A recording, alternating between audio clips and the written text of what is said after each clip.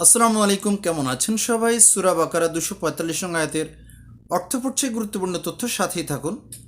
বিসমিল্লাহির রহমানির রহিম। কে সে যে আল্লাহকে উত্তম ঋণ দান করে, পক্ষান্তরে তিনি তাকে দ্বিগুণ বা বহুগুণ বর্ধিত করেন, এবং আল্লাহই মানুষের আর্থিক অবস্থাকে সংকীর্ণ বা সচ্ছল করে থাকেন, এবং তার ওই দিকে প্রত্যাবর্তন করতে হবে। তো আল্লাহ তাআলা এখানে এমন মানুষ সম্পর্কে বলছিলেন যে তারা কারা হবে যারা আল্লাহ তাআলাকে উত্তম ঋণ দান করবে। উত্তম ঋণটা কিভাবে দান করা হয়? উত্তম ঋণ দান করা হয় এভাবে: আল্লাহ তাআলার রাস্তায় খরচ করা। খরচটা কিভাবে করা হবে?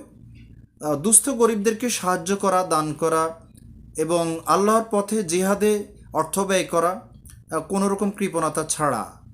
তো সেভাবে উত্তম ঋণ প্রদান করা হয়, এবং আল্লাহ তাআলা যাকে ইচ্ছা অর্থ বাড়িয়ে দেন, যাকে ইচ্ছা কমিয়ে দেন, এবং এর প্রতিদান আল্লাহ তাআলা দুনিয়া ও আখিরাতে দিবেন।